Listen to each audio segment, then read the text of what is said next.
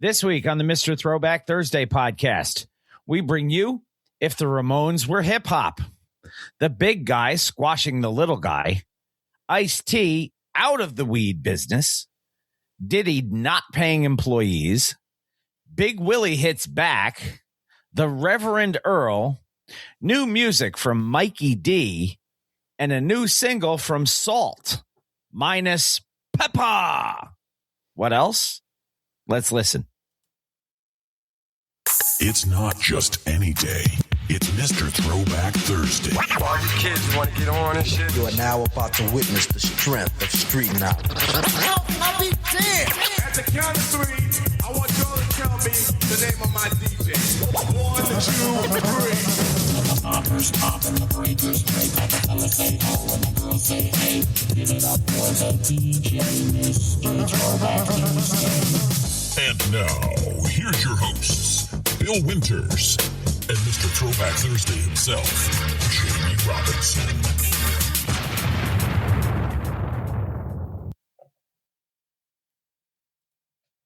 Once again, it is that time. It is Mr. Throwback Thursday, episode 624, coming at you live and direct with your two favorite idiots, bringing you all the hip-hop news you've come to expect from two idiots who do that for you every week. It's Bill up in New York and Jamie down in Virginia. How are you, my friend? I am well.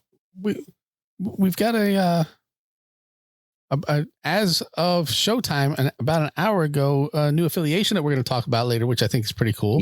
Yes, very much so. Very exciting news. Yeah. So we hope the posse shows up, shows out and helps us out. And we'll get to that probably middle of the show or so. Yeah, probably somewhere around the 7th article or so. All right, I that think. sounds good. That sounds like a good spot.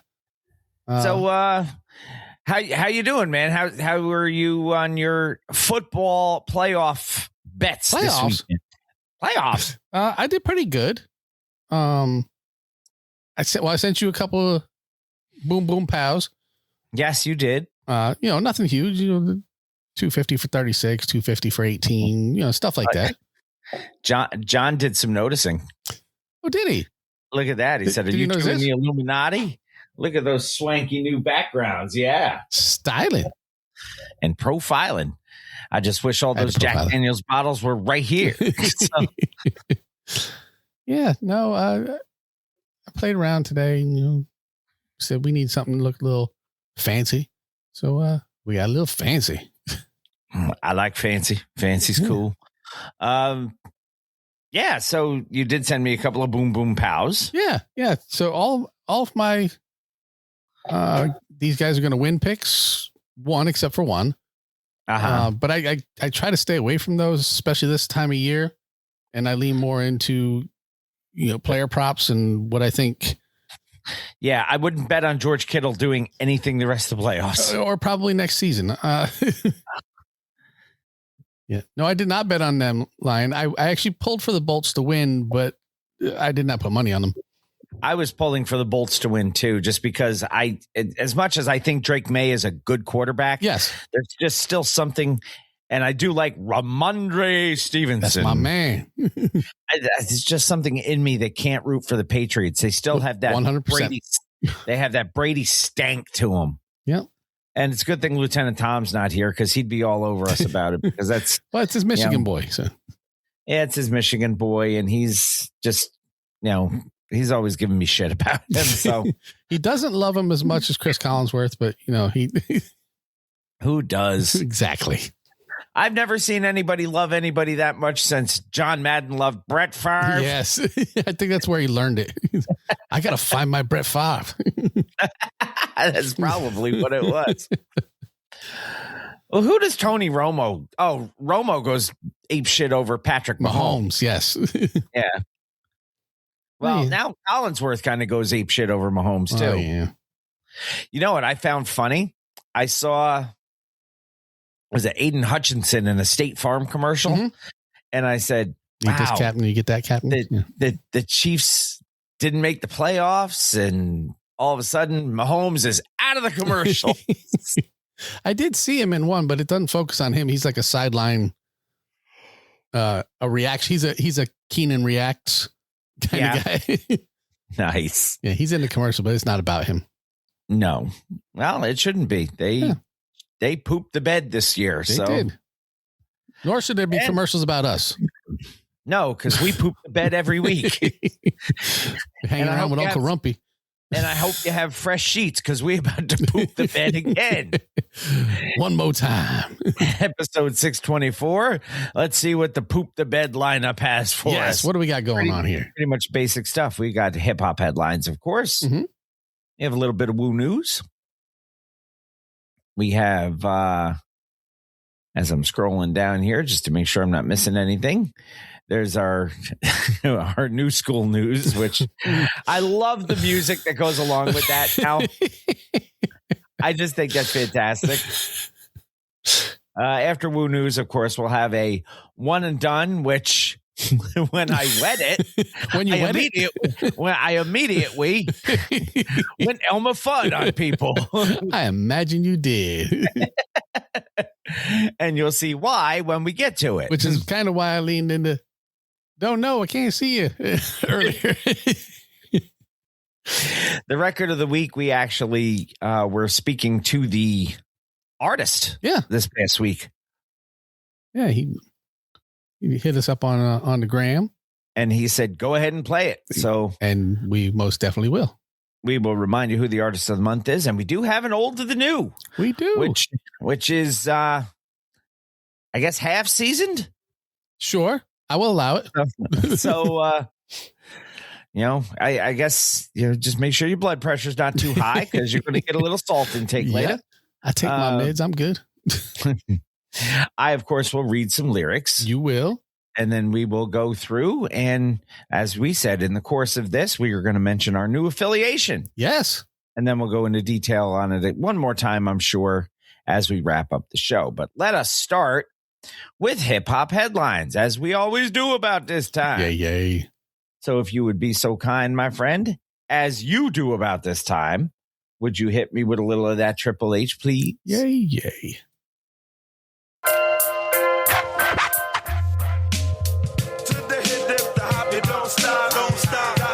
With the real hip hop. To the hip dip, the hop, you don't quit.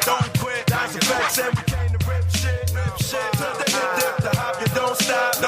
That's effects with the real hip hop. To the hip dip, the hop, you don't quit.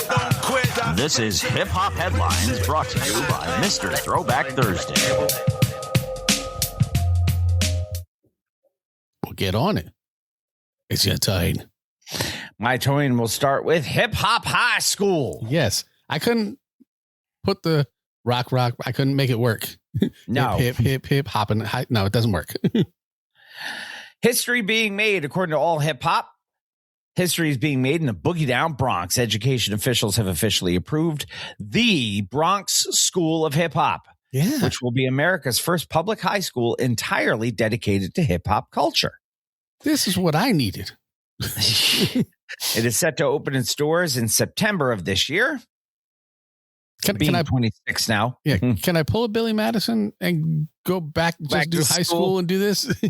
Or Rodney Dangerfield, whatever I got to do. The school will be located in the South Bronx, the South Bronx, the South Bronx. Indeed. The very birthplace of the genre, according to KRS-One anyway. Indeed. The initiative was unanimously approved by the New York City's Panel for Educational Policy. I love that part. Unanimous approval? Yeah, for a public high school. Yeah, this isn't just we're going to start our own Kanye school or Piz Dookie school or whatever it was. This is Kanye school, yeah. Yeah, this is a New York City board education authorized. Yeah. And the school plans to welcome about 120 freshmen in its first year, eventually growing into a full 4-year program. That's kind of crazy too. You're going to have 120 kids in the school. And they're all going to be freshmen. Yeah. And then we'll move up and we'll have 240 kids. Yes.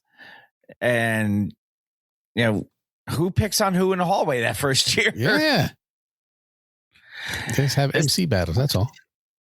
This isn't just about music. It's about academic rigor through a cultural lens. The curriculum will blend traditional subjects with hip-hop foundations, focusing on entrepreneurship, civic engagement, pathways to college, and careers. a who gives a fuck about a goddamn Grammy nominated producer, is even helping design the programs. As District 9 Superintendent Harry Sherman put it, hip hop reflects the brilliance of our students. It's time for our students and community to make sure it belongs to us. With the Hip Hop Museum also opening nearby, the Bronx is solidifying its claim as the eternal mecca of the culture. That, I think, was not a coincidence. No, the fact that the school is located not too far away from the Hip Hop Museum when it opened. Indeed. Yeah, what I picture this as in my brain is like BOCES. So like you do your first half of the day learning your mandatory subjects, and then you go in and do the hip hop courses in the afternoon or whatever, Right. Or flip and flop. Some people do half in the morning and half in the afternoon, and then they do the other half. Mm-hmm. That's the way it sounds to me, as a traditional, trying to picture a traditional school. Yeah, I can't think you can do the entire full day at one specialized school like that. No, it said they still have to learn the regular stuff. So yeah, so we'll see what happens when it opens. But the fact that, one, it was unanimously approved, yeah, and two, it's going to happen this coming school year. And another thing too is, how do you get into this school? It's a public school. How do they zone for this or choose for this or? Well, I think if it's like a BOCES, yeah, I think you have to schedule yourself for it. Don't you? Because I mean, that's how the BOCES students got into the programs here. Yeah. They had to choose the programs they want, make sure there were room. Right. But as I say, you're starting off with only 120 people get to go to this school, and it's a public school in the Bronx. How do you tell somebody they can't go? Mm-hmm. That's a good point. I'm sure that's all logistics that somebody will work out. Yeah. And I would think you have a Grammy Award winning producer coming in. He should know, she should know, I don't know who it was, that these are things that these kids also need to know. So, and for those of you not watching Lion said, what they need to teach these kids is the business of music. Yeah. All aspects of it. He said. And that's true too. So we shall see. I'll tell you what they should teach them. Industry rule number 4080. Yeah. Goliath wins again, according to People magazine. In a tough blow for artists' rights, a federal judge has dismissed the lawsuit filed by hip-hop icons Salt and Pepa against Universal Music Group. The duo had sued the label back May of last year, attempting to reclaim ownership of their master recordings, including massive hits like Push It and Shoop, under a provision of the U.S. Copyright Act that allows artists to terminate copyright transfers after 35 years. They also accused UMG of retaliating against them by pulling their music from streaming services when they tried to exercise this right. They did. Talked about that, and you still cannot get Salt and Pepa music on streaming services. Nope. Very, very little. Not the early stuff. However, U.S. District Judge Denise Cote ruled in favor of the label, stating that Salt and Pepa never actually owned the copyrights in the first place. And that's what we talked about, too, because Herbie owned. And therefore couldn't terminate a transfer that never happened. Essentially, because they didn't hold the original keys, they couldn't take the car back. Yeah. UMG called the lawsuit baseless, but stated they are still open to finding a resolution to ensure the group's legacy is preserved. Well, that's fucking nice of them. Yeah. For now, though, the rights to some of the 80s biggest anthems remain firmly with the label. When we talked about this, about a month ago or so? Yeah. We didn't figure that this lawsuit was going to hold much water for them. Yeah. But it was one of those throw shit against the wall and see what sticks kind of things. Well, yeah. And if, the people we're talking about are worldwide known.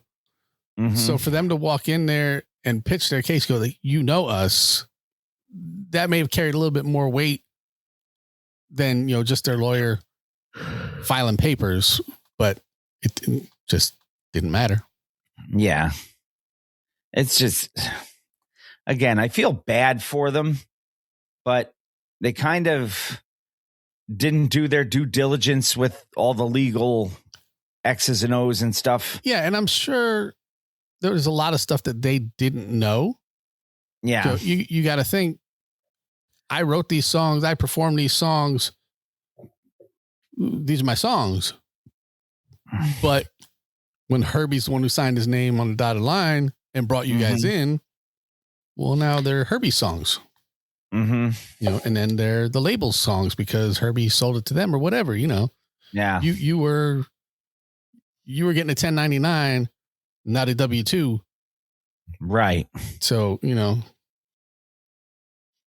it's shitty what happened to them. But the problem is you don't know what you don't know until it comes out that you don't know it. So exactly. We're talking 1986 that they did this deal. I mean, they were young back then too. They were working at Sears. They should have had. Well, they had Herbie. Herbie was looking out for Herbie. Herbie wasn't looking out for them. Right. But they didn't know that then. Nope. It's not like it was Pebbles. Herbie was on stage with them when they got inducted into the Rock and Roll Hall of Fame. I bet you they regret that shit now. I mean, I don't know. It could have been, I'm not in the room in 1986 or whatever it is. It could have been, I have Salt and Pepa. I have, Supernature. I have these guys, Kid and Play, I can put together. And they're like, all right, well, we'll sign Herbie to a deal. And you bring the guys to us. You know, Herbie had to get in the door.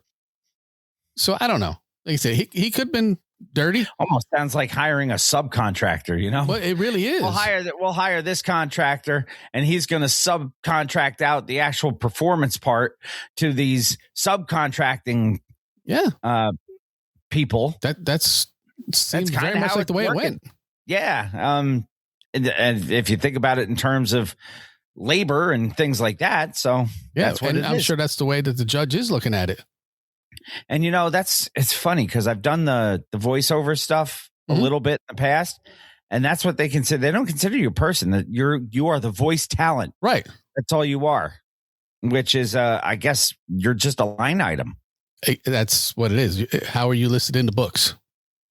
As a line item, basically. So it sucks that they lost or had this thrown out, but you and I, as a collective, are not surprised. No, we are not. John, the music business has always been about screwing the artists because it's business. So they are about the money, the label, the management. I say management, sorry, line. That is what it was. Bill would never call himself talent. He said they called him talent. When I was doing the commercial voiceovers, that's how I was referred to as the vocal talent. Yes. Yeah. Which again was a line item on a spreadsheet. Yeah. I didn't even have a name. You don't need I was just voiceover guy, vocal talent. Yeah. Yeah. Because how much they're going to pay? Yeah. They're going to pay that much to whoever's in your spot. They don't care who that person is. Yeah. Just come in and say the lines, dummy. Which is kind of funny because some of these companies now hire specific guys to do all their voice work. Yeah. Like Honda. Honda is John Cena now. The voice of Honda is John Cena. Yeah. Wasn't Dennis Leary Dodge for a while? Dennis Leary was the voice of Dodge for a long time. Don't know if he still is, but I don't know. I try not to watch commercials, but sometimes you even hear him on the radio. So, and then that's when I got satellite. So. Exactly. Next article, number 3. Grand opening, grand closing. This comes to us from Coffee Stop. So there was the dispensary. Sam Elliott was a voice for somebody. I don't know if it was Dodge or if it was somebody else, but I think he still does it. Yeah. So for this one, it might have been before Dodge and Ram split into an actual thing because Ram is now. Yes, the trucks are all they're all Ram. Yeah. Yeah. It used to be Dodge trucks are Ram tough. Yeah. And now it's Ram for all the trucks. Yeah. Now this one here is there's a dispensary white people go to. And a dispensary white people used to go to. Yes. This is 100% true. Sam Elliott does whatever the fuck Sam Elliott And I love the fact that whatever the fuck is one word in Lions vernacular because it makes perfect sense. It works, yeah. The Medicine Woman, the Jersey City dispensary co-owned by 2 T's, 2 U's, 1 Ola, has officially closed its doors less than a year after its grand opening. Despite a high-profile launch back in April of 2025 that featured appearances by Ice-T and his wife Coco, the business struggled to maintain momentum in a highly competitive market. Reports indicate that the location is now listed as permanently closed on Google. Yeah. And it has been removed from the company's main website. There are several factors that contributed to the sudden closure of this. Poor location. The dispensary was situated on Tonnelle Avenue in an industrial area that is not easily walkable. Without running into actual dealers on the street. Yes. Oversaturation. The specific stretch of highway where it was located already had established competitors, including Green Stop Wellness and Kush Club, making it difficult to capture any market share. I don't believe that one, because when we were growing up, I don't know if it still happens because I don't pay as much attention. If you drove down the street, there was a McDonald's on the left-hand side of the street, and there was a Burger King across the street. Mm-hmm. And they did equal business. They do. Well, because they were offering different takes of the same type of food. Which I'm sure 3 dispensaries on the same street, they're going to do something different to separate themselves. But you know, it's the same product. This one's got weed. This one's got weed. This one got extra weed. But how about this one? This one's got weed. Job. Oh. Third thing they mentioned is market challenge. It said the New Jersey cannabis market has seen intense competition with other celebrity-backed brands also facing difficulties. For instance, Hashtoria reportedly faced similar struggles. Yes, Raekwon, the chef of the Wu-Tang Clan, had some issues. While the Jersey City location has shuttered, the brand's flagship store in California, because they know how to party. Yeah. It remains open. Ice-T has not released a detailed public statement regarding the specific financial reasons for the closure, though he previously mentioned stepping back slightly from Law & Order SVU to focus on various business endeavors. Yeah. There was they also said he stepped back so they could pay Kelly Giddish, too. So Rollins could get her return. Yeah. I was going to say, so she could get her bag. Yeah. So, and, you know, apparently he's fine with it because he gets to go do other things, but mm-hmm. You know, since he got beat up and shot and they took his gun. I was going to say they made him look like a chump in the show. And this way, I wonder if he he's got on jumped. Yeah, he got jumped. And somebody stole his gun. Yeah, but it's 2 T's, 2 U's, 1 Ola. He should not have gotten jumped because he got jumped making a rookie mistake. Mm-hmm. So they kind of chumped him out. I don't know. It just bothers me sometimes how they all of a sudden the smartest people in the show do something stupid. Yeah. And it's like, ain't no way he's doing that shit. Anyway, that's where he's been. He's a massive star. The dispensary failed largely due to a bad location. So I guess, sorry. He's originally from Jersey too. He is, so. yeah.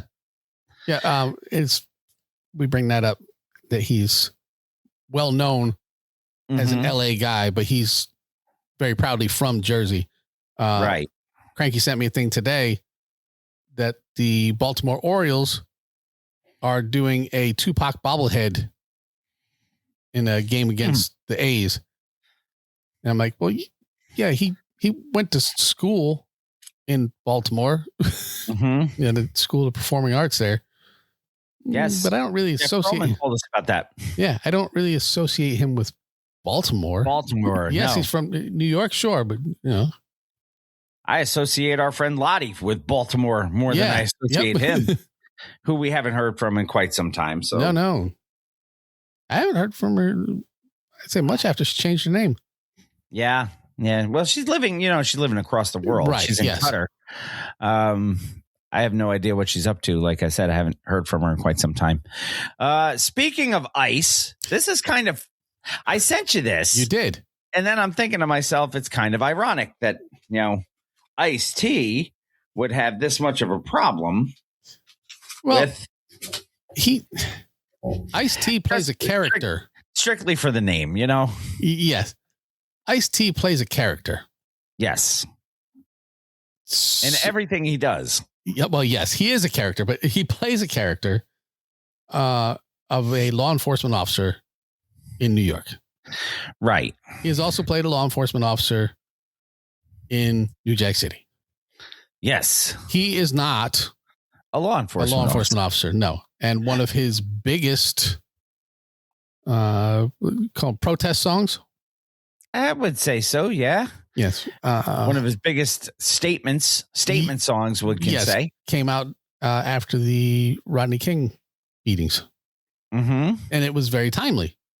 It was something that needed to be said. It was not all cops. It was not, I hate law enforcement everywhere. That's not what it was. It was these people out here who did this. This is who I'm speaking against. Yes. For those of you who may not know the song, it is the title track from Body Count's debut record. Right. Which through a little research, you can certainly find it out. Yeah. Well, anyway, gas station we passed. Ice-T, in protest of ice without the T, has changed the lyrics to that song. He has. During a recent performance with his band Body Count, Ice-T dedicated the track to Renee Nicole Good.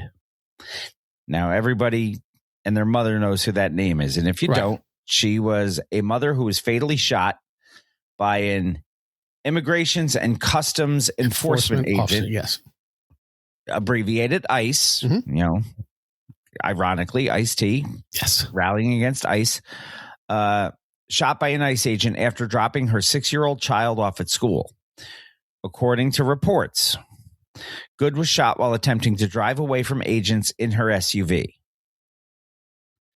Authorities claim she tried to use her vehicle as a weapon. Minneapolis Mayor Jacob Frey called that defense bullshit, and Ice-T agrees. And on stage, the rap legend flipped the song's famous chorus from the title track, I'll say it, to Ice Killer. Yeah. He told the crowd, "This is going out to all the ICE agents. I changed the words. Ice Killer." He proceeded to perform the track with the new lyrics. I got my black shirt on. I got my black gloves on. I got my ski mask on. This shit's been too long. Now, it's a powerful, angry return to form for Mr. Moreau, who has famously pulled the original song from his 92 album after threats from the government and police unions. Yes. Decades later, Ice-T is proving he still isn't afraid to use his music as a weapon of protest. It's funny that they call it the Law and Order paradox because he plays a cop while simultaneously performing this on stage. Is he the ultimate example of separating art versus artist, or does his acting role give him a unique shield that protects him from cancellation like he faced back in the 90s? Of course, the cancellation didn't work. No, it didn't. I don't think his portrayal of a New York City sergeant has anything that's going to protect him from the backlash of whoever's going to come after him for doing this. Do I think that it'll endanger his job? No, but I also don't think there's any benefit where people go, "Oh, but he plays a cop, so it's not like he's just going." Like I read a book about the moon one time. It didn't make me an astronaut. No, my brother loves to use that line. So anyway, gas station. I hope he does not face too much of a. But you have to think though, at this point in his life, Ice-T just saying, "Fuck it, come after me. I don't care." I was going to say he's pretty much Teflon at this point. Yeah. Well, and what can they do to him that's going to affect his life? Yeah, I mean, it's not like he's pointing a gun at somebody who's turning their SUV away and firing rounds into her face. Yeah, no, he wouldn't do that. I mean, Suge Knight didn't even do that shit. Suge wouldn't have seen it. I say he couldn't see anybody to shoot him. So, Article number 5, working for free? This comes to us from TMZ, even from behind bars. Piss Dookie is finding new ways to generate headlines, this time involving his wallet. According to a new exclusive report from TMZ, several of Piss Dookie's employees and legal team members are complaining that the checks have stopped coming while he serves his 50-month sentence at FCI Fort Dix. Sources tell TMZ that Diddy's finances are currently being managed by the business management firm TriStar Sports and Entertainment. They are reportedly keeping a very tight leash on the cash flow. The report alleges that some civil attorneys and staffers haven't been paid, leading at least one employee to quit in frustration. The financial clampdown apparently extends to his family as well. Sources claim that Combs' family is on a strict budget and must submit invoices to TriStar for approval if they go over it, even for things like a family dinner before his sentencing, which was initially rejected before being reimbursed. However, Diddy's rep, Judah Engelmeyer, is pushing back hard on these claims, telling TMZ that people, personnel, and attorneys are all being paid, emphasizing Piss Dookie still controls his own finances, subject to routine review of completed work. So who's reviewing this completed work? Piss Dookie's not. No. And here's all you need to know about TriStar. They are the same firm that managed Britney Spears' conservatorship. I thought they were just a motion picture company. I thought so too. They have the Pegasus. Wasn't that them? TriStar Pictures. Research department, let us know. Was it the Pegasus or was it the lady with scales and the water holder? Yeah, I think it was Pegasus. Yeah, no, you're thinking of not Paramount. Columbia Pictures. Yes. Yeah, it's okay. Because Columbia and TriStar were together for a while. They were. So if you were a longtime employee of somebody like Piss Dookie, would you stick around through this prison sentence if the paycheck started arriving late, or is brand loyalty dead the minute the money stops? To me, I can't work for free. If you ain't paying, I ain't staying. Yeah. No. Which is basically, that's my Gary Templeton line. For those who remember, if I ain't starting, I ain't departing, when he made the All-Star team as a reserve. Yeah, I mean, if you ain't paying, I ain't staying. If you're not getting paid, it is now a volunteership. It is not a job. You did not get paid enough to survive 50 months without being paid. No, you're not going to get back pay for any of this. No, and the brand, I'm thinking, is not going to be as strong in 50 months after everything he comes out, and I don't see it. Now, Diddy also claims he still controls his own finances. His finances. He controls his own. He tells TriStar, give me my money. I was going to say, do you think he controls anything else? Because it is a low security federal prison, yes. So. Yeah, where he's getting all the dicks. I mean, it's Fort Dix. It's back hug. John Gotti still controlled shit, but he didn't have physical access to his money. He had to put the word out and say, hey, give this money to whoever to go do this.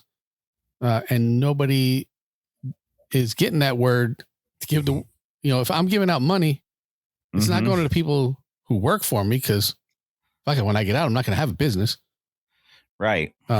And my family, I don't know how that one didn't get to him. Family wants to go out to dinner. Fuck that. Don't approve that. I can't go out. They can't go out. I don't know how that works out. I don't know how it works out either. But if he says he's in control, he's most definitely not in control. Probably not. So, article number 6, Will strikes back. Yes, this is called the equal time portion of the show. Yes. Was it last week that we talked about the violinist? 2 weeks ago. 2 weeks? 2 weeks ago. Okay. Yeah. And that was Brian King Joseph, the kid who was on America's Got Talent. Major update on the Will Smith legal situation, and this comes to us from All Hip Hop. Following the explosive lawsuit filed by Brian King Joseph alleging sexual harassment and wrongful termination, Smith's legal team has officially broken their silence, and they are coming out swinging. The attorney representing Will Smith is named Alan B. Grodsky. He issued a blistering statement calling the accusations false, baseless, and reckless. I don't know how that's blistering. Every fucking attorney comes out and says these are false, baseless, and reckless charges. And was that in Breaking 2? He's reckless. No. Electric Boogaloo. No, it was in Breaking, where it was the glove. Ice-T said he's reckless. Boogaloo. Yes. Steam-powered Boogaloo. We were talking about that the other day at Wyatt's house. Steam-powered Boogaloo? No, we were talking about Breaking and Breaking 2 Electric Boogaloo because Michaela was watching Step Up. And I said, she's like, yeah, this is a movie about how, there's a community center getting ready to be torn down and these dancers go. And Channing Tatum takes a job as a janitor. And I said to her, they've made this movie. It's called Breaking. Yep. Yeah. And Breaking and Breaking 2 released in the same year. Yeah. That's why one is Electric Boogaloo and one is acoustic Boogaloo. Yes. Anyway, back to Alan B. Grodsky. Johnny B. Good. The defense is categorically denying Joseph's claims that he was fired for reporting a disturbing incident in his Las Vegas hotel room during the Based on a True Story tour. Joseph claims he suffered emotional distress, PTSD, and economic loss after being let go just 3 days after reporting the incident. Smith's team insists that this is a complete fabrication. I don't know. It looks like a duck, walks like a duck. I wasn't there. I don't know. They're preparing to fight the lawsuit in court, signaling that they believe the termination was for legitimate professional reasons, not retaliation. Just the timing was coincidental. Yeah. We just came to this decision at the same time he reported that. This is shaping up to be a messy he said battle that could drag on for months. The reckless defense, it says lawyers often use standard denials, but calling a lawsuit reckless suggests that they might countersue for defamation. If Smith proves these claims are false, should he sue the accuser to deter false allegations or just walk away? If I know Smith, he'll sue the guy. Or he'll slap him. Yeah, something like that. The lawsuit also mentioned a note signed Stone F. Now the question is, who the fuck is Stone F? I saw that in there. I don't know. Maybe it's like, when you have the president and the family and they all have code names. Yeah. Maybe that's what happens on a Will Smith tour. I don't know. Now, Will, we said at the time, is still recovering from the Oscar slap around the world. Even if this lawsuit is dismissed as baseless, I can't imagine that this is going to help his reputation at all. No. And honestly, whichever way this goes, it's already too late. Mm-hmm. Well, I've lost a ton of respect for Will when I found out how Jada was cucking him and punking him out. Yeah, so maybe he liked that. Maybe that's what he was into. There are some people who like that sort of stuff, I guess, but some would say.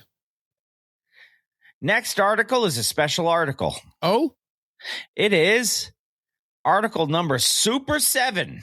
Ooh, that is a very creative title. And would you like to explain the reason why it's article Super 7? Yeah. So we have received an email. Just about an hour or so before showtime. Mm-hmm. Where we were approved to be affiliates of Super 7. So, and if Super 7 sounds familiar to you, it should. Yeah. Anytime I do a show, I have my Super 7 reaction figures all over the desk. They're also back there on a shelf. They are over there. Well, my Ultimates are over there. That's the bigger ones. My Frankie Pulitzer is right here. These are not action figures. They are reaction figures.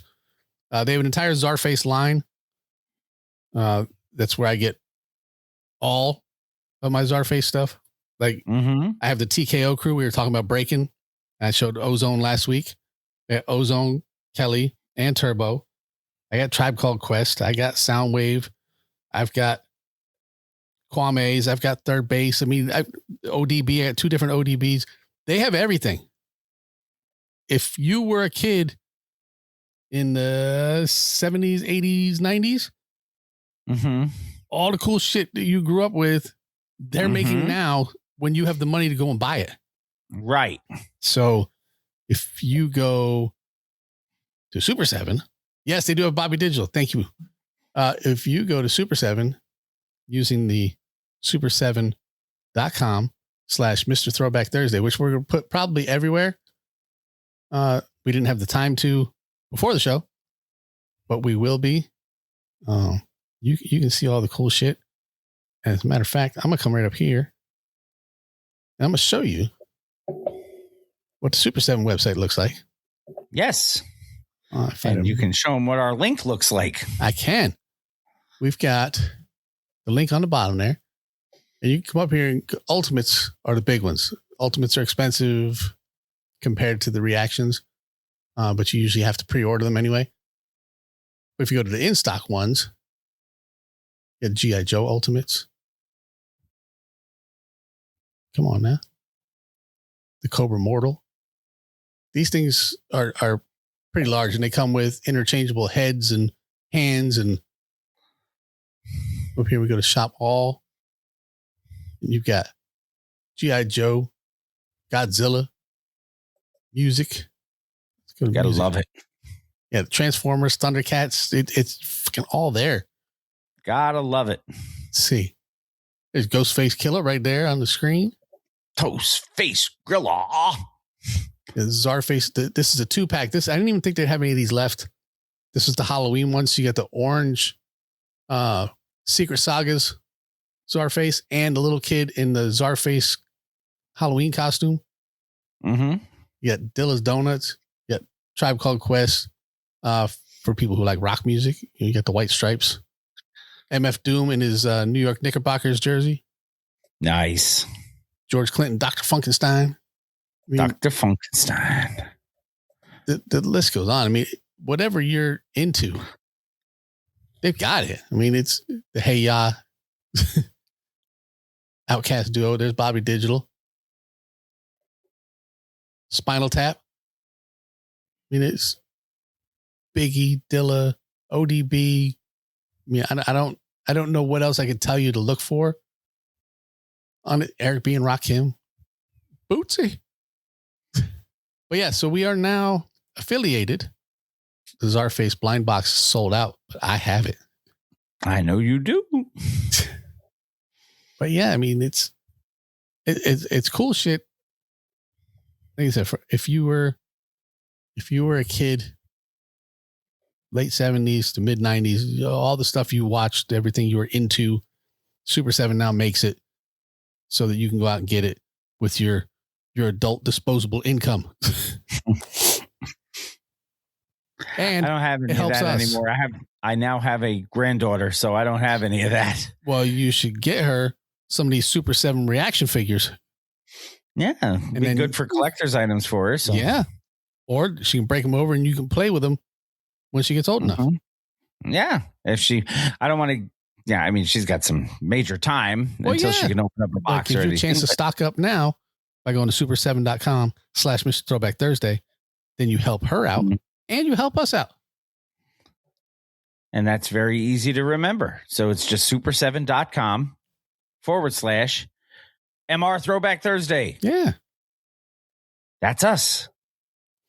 Spoken from a man who doesn't have girls. Yeah. Look, you know what? I'm not going to say that she's going to be into dolls. Who knows? She could be into action figures or reaction figures. She could be into both. And there's a bunch of peanut stuff on there too. Yeah. They got like this big old monster-sized Franklin. I got to get, you know what? My Franklin coffee mug disappeared. I have no idea what happened. I think somebody broke it and didn't say anything. My one that had him talking to Linus. So yeah. Anyway, this is now Article Super 7. Yeah. Brought to you by super7.com/Mr. Throwback Thursday. Pop art purchase from Music Business Worldwide. Hey, this is kind of a pop art purchase thing. Look at that. We have a major business move that's also a heartfelt homecoming. Troy Carter, the music mogul best known for managing Lady Gaga and Eve and for his time as a shark on Shark Tank, has acquired the complete catalog of Pop Art Records. For those who don't know, Pop Art is a legendary Philadelphia independent label founded in 1979 by the Goodman Brothers. It was essentially Motown Philly. Back again? It was the Motown of Philly hip-hop back in the 80s.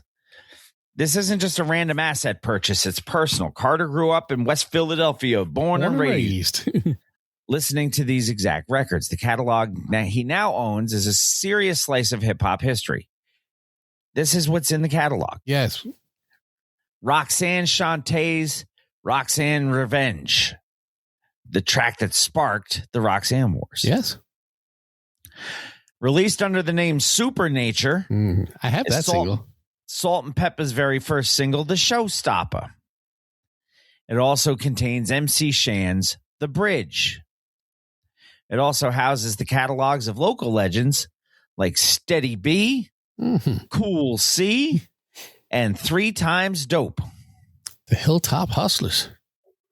Carter stated, Steady B and Cool C have new legends, though, that have overshadowed those. Yes, they do. Carter stated, I'm proud to be a steward of some of the most important pieces of music in hip-hop history. These are songs and artists who shaped my childhood. By bringing this catalog under his Venice Music umbrella, Carter is ensuring that the foundation of Philly rap isn't lost to time. So, yeah, the catalog includes music by Steady B and Cool C. And what you mentioned is that they're both serving life sentences. They are. One for bank robbery and one for murder. Yeah. Yeah, Steady B was the getaway driver in that robbery where a female police officer was shot and killed. First African-American police officer in Philly, I believe. Female. And Pop Art released Salt and Pepa and Roxanne Shantae before they blew up globally. So maybe that song will be on search engines and things like that. So we'll have to see what's going on with that. So that was your Super 7 article brought to you by Super 7. Reverend Earl is your next article. Hot New Hip Hop brings us an update on the legacy of the late Earl Simmons, professionally known as DMX. What? X gonna give it to you. His estate is officially shutting down rumors and unauthorized events regarding a posthumous ordination ceremony. Reports had been circulating about an event scheduled for 2 days ago, as we record, at the Foster Memorial AME Zion Church, which was promoted as a ceremony to posthumously ordain the rapper as a minister, which I don't think you can do. Why not? Organizers, Reverend DMX. He can get his the way we got ours. Yeah, but we're alive to actually do it. Yeah, but all you had to do is sign up. But we're alive to do it. He did it while he was alive. I don't think he did. Otherwise, they wouldn't have done this. He was Reverend Earl to everybody who ran into him. He was DMX to everybody who ran into him. Organizers, including a Bishop Imhotep, framed it as a symbolic acknowledgement of DMX's deep Christian faith and his longtime desire to be a preacher. However, the DMX estate released a firm statement to all hip-hop clarifying that this event is not sanctioned. They stated, while we appreciate third-party efforts to honor Earl in this way, Neither the Foster Memorial AME Zion Church nor Bishop Imhotep are among the representatives of the church with whom he had close ties. The estate emphasized that while DMX was vocal about his spirituality, they cannot support an event that implies a formal ecclesiastical title that wasn't approved by his family. This comes just weeks after the estate also threatened legal action against an auction house for trying to sell unauthorized DMX tapes and lyrics, proving that his family is working overtime Indeed. to keep strict control over his brand and history. And this is why lawsuits get fired, people. Yeah. So, I mean, we consider him royalty. I don't necessarily think we consider him religious royalty or regalty or anything like that. But I don't believe any of that stuff anyway. So, yeah, I know. But it's just a word on a paper. He's just DMX. Damn straight. And he gonna give it to you. But he's Earl when he's with his kids. Yes. Yes. What was the name of that show? Just Off the Boat or Fresh something? Off the Boat, yeah. Fresh Off the Boat. And now, what? get your music ready. Hold on. Keep forgetting this is even a thing, and I'm the one who made it. Mm-hmm. All right. But you've got your music ready, so. Yep. And now, new school news.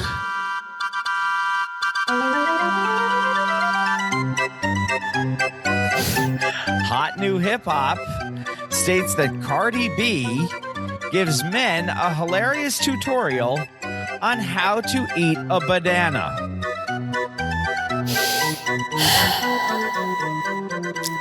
And that is enough of that shit. I don't need Cardigan Backyardigan telling me how to do anything. No. We're going to take our first break of the evening.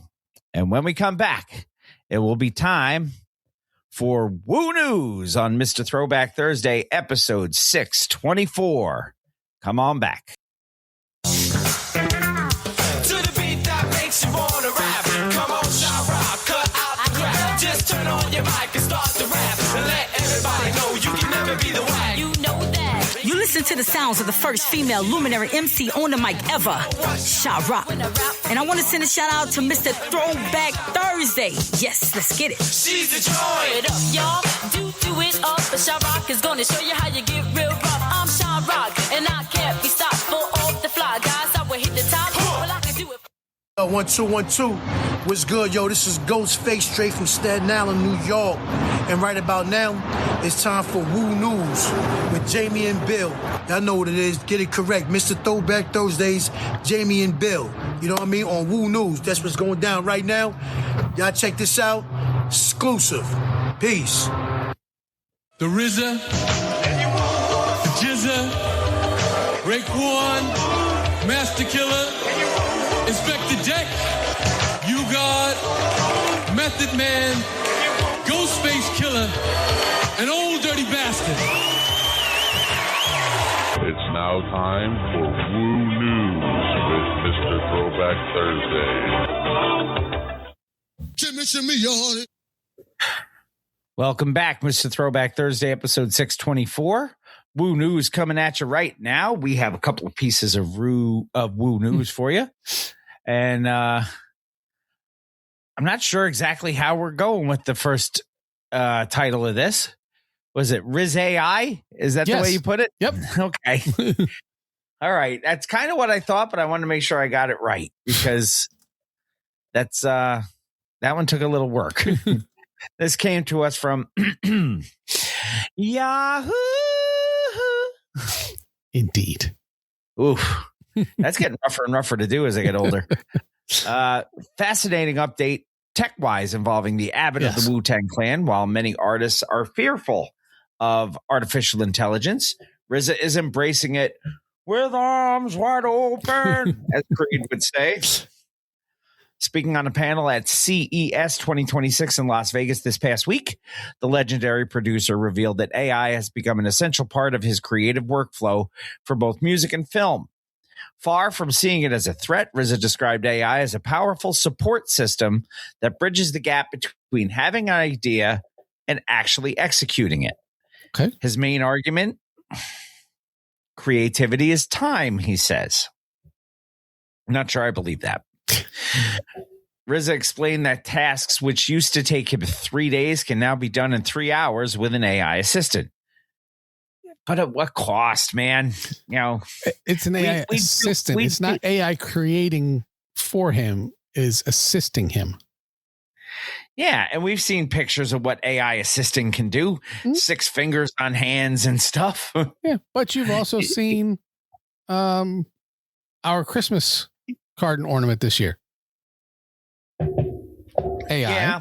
It is how you use it, how you refine it. You know, it's no Jason Smith and Jigba or whatever it was. Yeah, Jason Smith. Yeah. Yeah.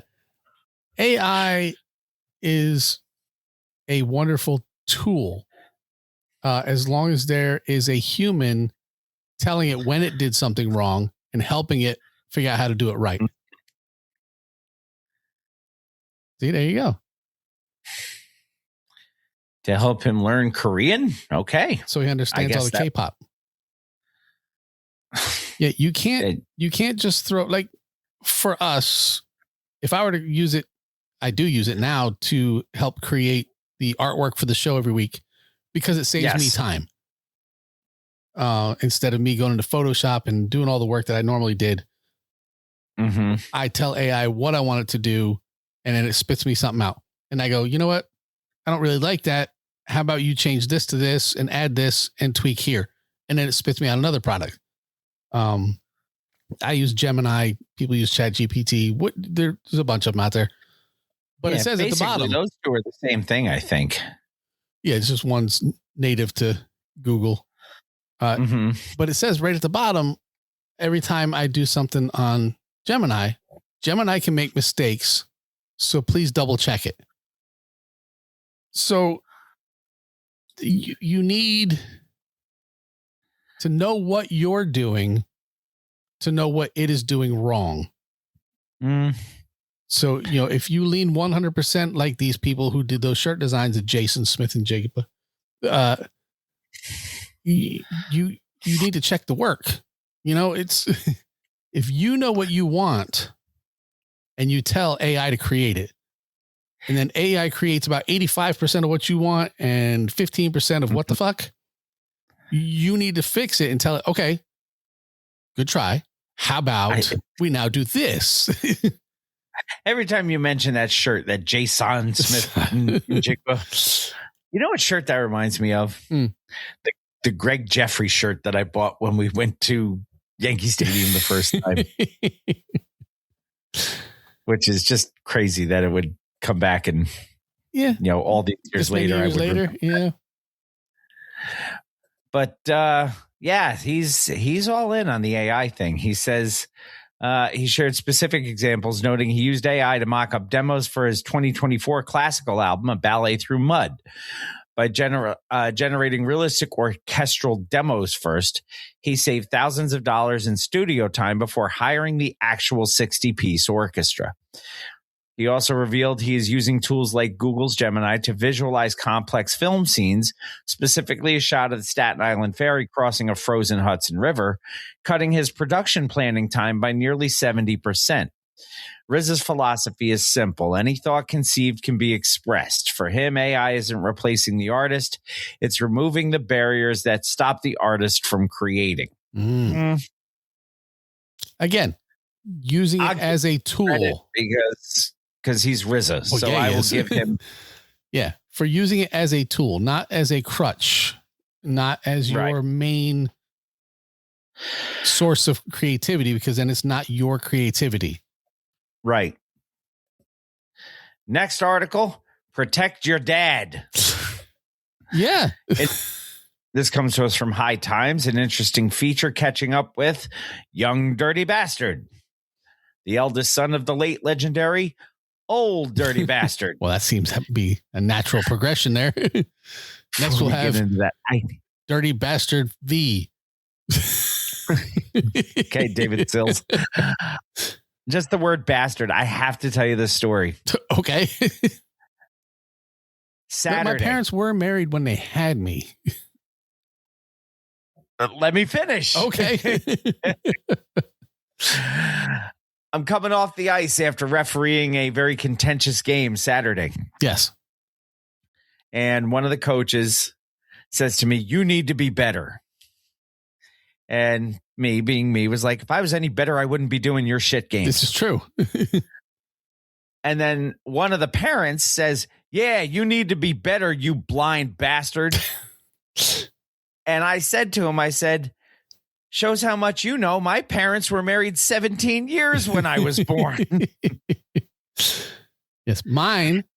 And the coach of the next game heard me say that and spit his fucking coffee out. Mine were married 6 months before I was born, so. Nope. My parents got married August 1st of 1953. I was born August 10th of 1970. So yes, my parents were married on June 19th of 1971. I was born December 15th of 1971. Mm-hmm. So, they turned 17 and 18 in October and November of 1971. Yes. Anyway, protect your dad. Speaking just after the 21st anniversary of his father's passing, Young Dirty, born Barson Jones, opened up about the immense pressure and privilege of stepping into his father's shoes. He revealed that his role in the Wu-Tang Clan wasn't just handed to him. He had to train for it. He shared that the original members, the RZA, the Jizza, Inspector Deck, and all of that stuff, and all those people there, actively practiced with him to ensure he could embody his father's chaotic energy on stage. They wanted him to be the sharpest sword out here. Ooh, and that training has paid off as he joins them on their final chamber tour. Surprisingly, despite the High Times feature, Young Dirty Bastard revealed he actually quit smoking weed at age 21 to stay responsible and sharp. He recalled that his first time smoking in the Brevoort projects in Brooklyn, watching kids do flips on mattresses outside, he decided years ago that laughter is the best medicine. He also dropped a heavy revelation.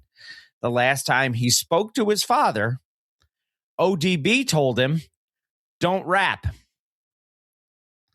Because of this, Young Dirty admits he isn't sure if his dad would be proud or critical of his career today, suspecting that ODB might challenge him to do it better. Regardless, he's forging ahead with his own solo albums and a recent partnership with Sega for the Shinobi game relaunch. Yes. I don't quite know how to handle that. You know, he's actually very good, and he sounds very much like his father. But his dad was like, "Don't do it." Yeah, well, let's just take that and roll it all the way back to Salt and Pepa. You know, he's speaking from a place of experience when he tells him, you know, you don't want to be in this business.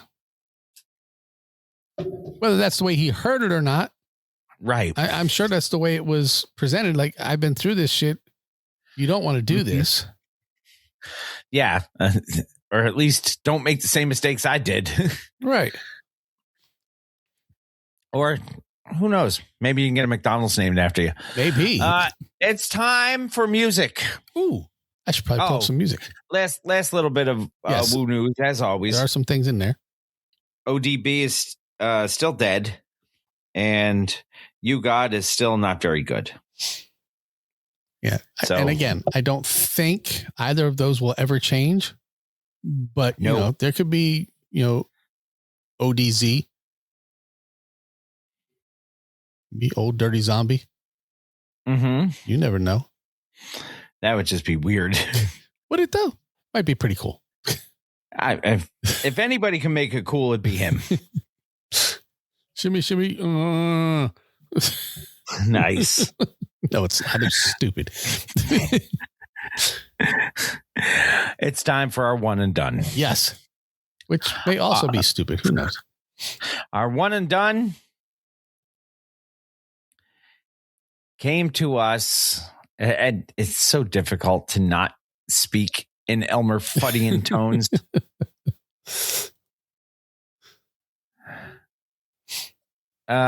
2007, this was released, it says, But this is a greatest hits record. So right.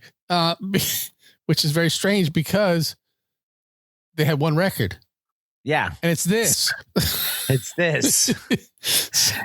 So all of their greatest hits were on one record. This, yes. Which was on Delicious Vinyl Records. It was. So this wasn't actually released in 2007 because Delicious Vinyl's been down for a long time. This is a double CD. It is. It's got 24 total tracks on it. Yeah, I've got 16 on this one. And I think I've got a couple of remixes, so I don't know where we disconnect, but we'll find out. There's a lot of instrumentals on mine too. I guess side B is all instrumentals. Okay. We'll see what happens. Yeah. You know what? If we go with the regular and the bonus tracks, I got 15. So let's see what we got. Anyway. Yeah, and I have one instrumental. The name of this is Greatest Hits by the Wascals. Not the Wabbits. Not the Wabbits. not the Rascals. No. The Wascals. Yes. We're not going to kill the Wabbit or the Wascals. We might kill the Wabbit. We might. You might, Wabbit. You might. But John will be happy. Track number 1 of the Wascals is a 29-second intro. What's it called? Intro. All right. Although it's spelled and pronounced with the R, but I'm Elmer Fudding all over the place. So, intro. And I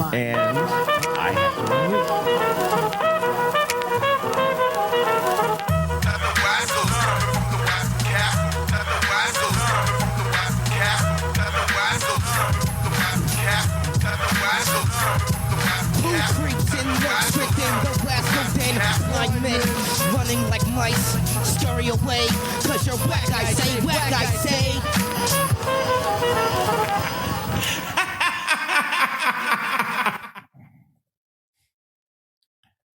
It's a good laugh. It is. It's a good laugh. Track number 2, Big Shit Battleship. Well, since you said so, that's what I just must do, partner. Check it one time. On the motherfucking mic is the B-U-C-K-We, nigga. Fading all crews. Anybody want to step, that's how I'm hitting it up for the West Side Wascals. You know what I'm saying? Anybody, any rapper, you know what I'm saying? I don't take no shit from nobody. You know I got rhymes on D-Deck, nigga. Back up off me right now before I bust this motherfucking verse, nigga. That's how I let y'all niggas know like this.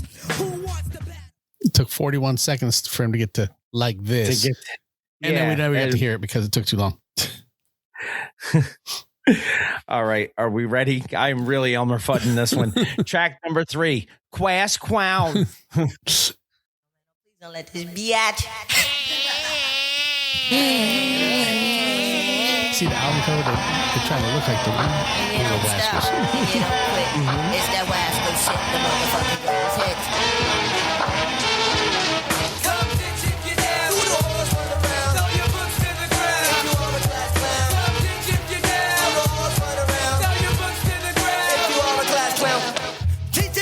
You can't make me stay. I know I came to class without a pass, and I'm late, so mark me tardy. But coming up first period, having a party. I'm talking to stats, spilling my guest, right, give a cordy. I'm really, really sorry, Mr. Horror, you let this bore me. I interrupt you when you tell a story. I raise my hand up to make... We can tell clearly who's Alfalfa from the picture. Mm-hmm. Track number 4, Hard Wimes. I don't know if I can keep this up the whole time. We'll find out, though.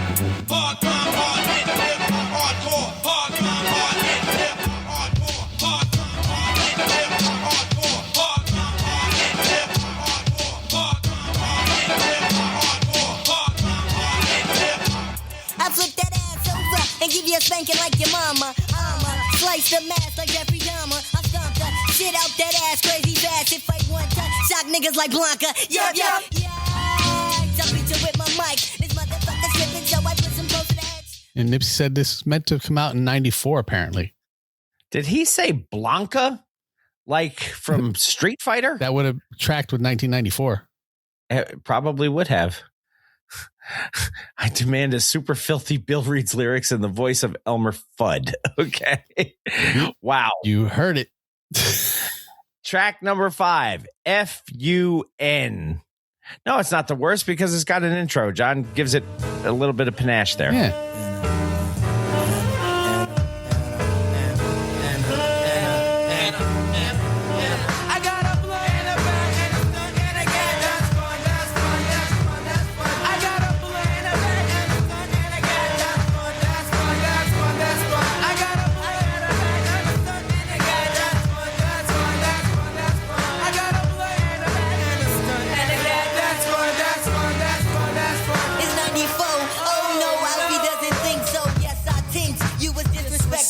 So with one bar, I'm gonna destroy your whole flow. I'm incredible. I thought you knew so MC. It was 94. Yes, 94. Exactly. Not 2007, but. No. But not 94, mind you. No. 94. Twack number 6, Doggy Style. I thought that was a Snoop album. Yeah, maybe it was. Yeah. Was it 94? And it don't quit from hit to hit. It's the Wasco. Hitting from the back. Yeah, check it out. You know I like the dog style. Dog style. So all y'all check it out. Roll over on your stomach for me so I can penetrate my weight past the gate like a fucking intruder, tearing your walls out the frame and call myself the ruler. I will never be true to all the boots that I knock, but me. I'll never be true to all the boots that I knock. Track number 7. Well, we'll follow up on that with Booty Rap. Not Booty Wap? Booty Wap. My God, sexual healing. I dig dips who got the hips that are gigantic. I dig dips who got the hips. I'm on this big booty quest for this flying honey dipper. Slippery when wet, I'm tossing booties up like slipper. Big ones, darling. I love it when you show it. To tell me brown sugar fly, skimming where you're going on a farm or a city, but it really doesn't matter. Yeah, Nipsey, I did not know that they were nicknamed Baby Farside, but I could totally see it. Yeah, I didn't know that either because I hadn't looked on the Discogs thing that deep. But now, wow, yeah, that is especially that Doggy Style one. Yeah, very much. Track number 8, Stole the Show. Shouldn't punish the rules of the castle, baby. They can steal. That's the rules of the castle, baby. You shouldn't tell you. They will steal. Act like you know we are the pros who stole the show. That's how it goes. Act like you know. Yeah, but we just rapping and he just won't stop. That's what they scream after my show, but nothing dreams from my spot to be blunt. I break mics up, speaking of up on the up and up. I'll tell you to your face. Your rap skills about suck. Battle me in January through to December. See, I forgot more rhymes than most. Whoever that guy is right there, I get. She keeps on passing me by. That was track 8. This is track number 9, The Dips. When I dip, you dip, we dip. Something like that. Okay, play it.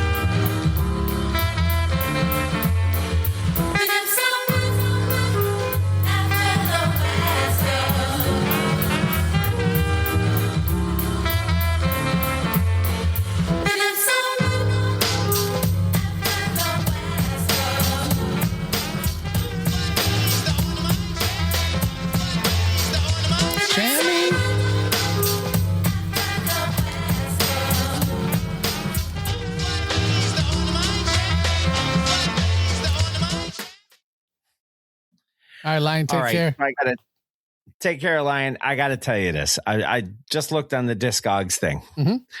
The Wascals, also known as the Wascals and the Little Wascals, an American hip hop group comprised of Buck Weed, Spit Anky, Alfie for Alfalfa, of course, and Saint Imee. Stymie, yes. The Wascals were often compared to their label mates, the Far Side, and were called the Baby Far Side as they shared many similarities. Both groups have 4 members, were originally produced by Jay Swift, Buckwheat appeared on the Far Side album Bizarre Ride to the Far Side. Excellent album. And Fat Lip appeared on the Wascals song Dream and Imagine.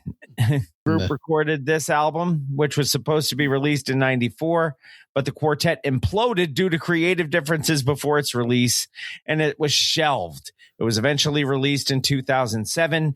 So this Wascals record is a Watt Wyke deathbed, the bed that eats. Also, a greatest hits. A greatest hits, yes. So that is all you need to know about the Wascals. And more. We're up to track 10. This is Dream and Imaginate featuring Fat Lip, which I just talked about. We just said that.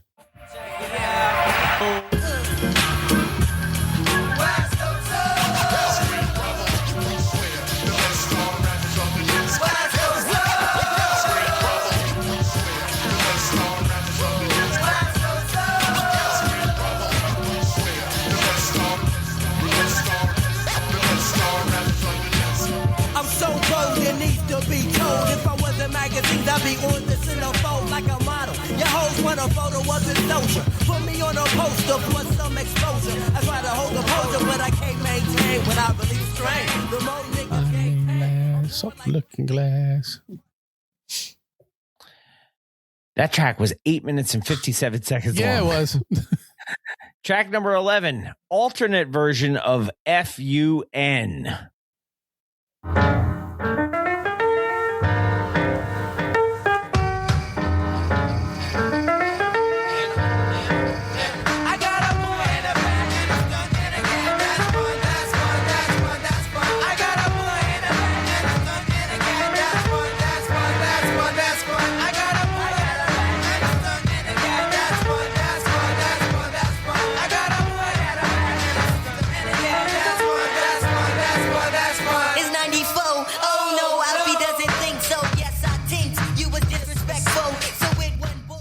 That one there also sounds very Far Side. Track number 12, The Dips, On My Jammy Mix. On My Jammy.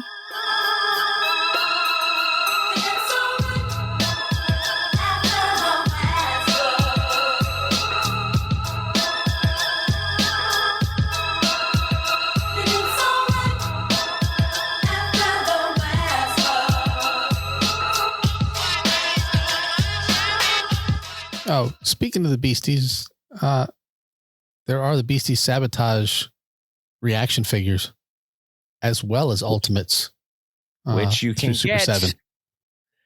From super7.com/MR Throwback Thursday. Damn straight. Track number 13 is a remix of Class Clown featuring Fat Lip.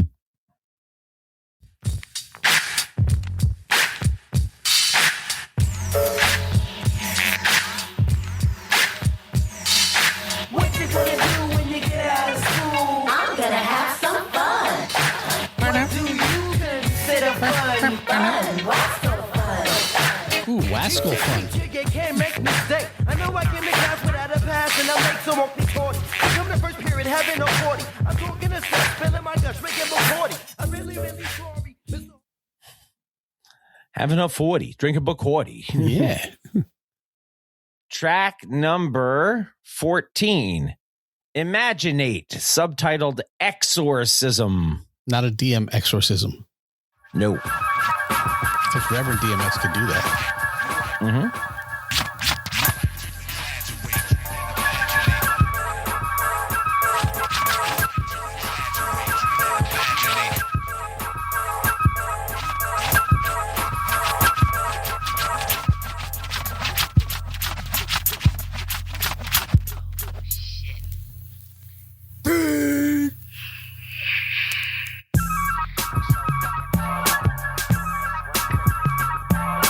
It's very much Far Side feel. Oh, yeah. And, you know, I'd like to mention it because it doesn't get mentioned in our unconceivable conversations, but Rakim's Imaginate, also one of those words. Yes. That's not a word. It's not a word, no. I'm not telling Rakim that's not. Seckle. Indeed. Track number 15 on my list is the Dips on My Jammy instrumental. I like good instrumental.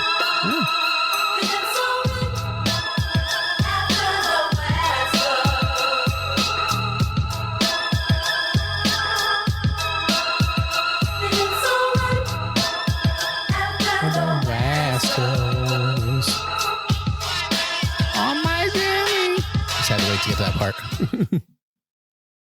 I like that part, man. Well, yeah. I'm all about it's on my jammy. No, if only, John. Nobody says I jammy anymore. No, he said my jammy. Yes, I know. Unfortunately. That's the last track I had. You have one more? Yeah, I just have the Class Clown remix instrumental. Oh, okay. It's called Class Clown remixed instrumental. Well, then hit it.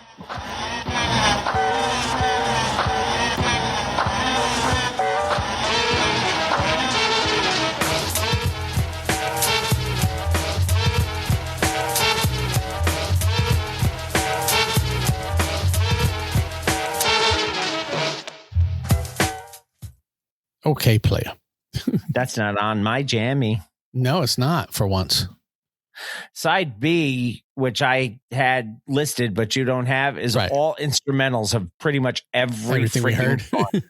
So that is the Wascals. Which you guys didn't know who they were. The Wascals' greatest hits. Yes. Your one and done. Which is the one record that they never had. Yes. So maybe they're a none and done. They're very close. Except this happened.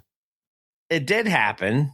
Yeah, but it was shelved, but it was released after they broke up. Yeah, the none and dones that I magically bring to you are things that weren't released. That were never seen, yes. Yes. We have At Band Clan. We had the Tommy No One. We had Tom Hardy. The Hooligans. Yeah, when I get into a none and done, it's for real.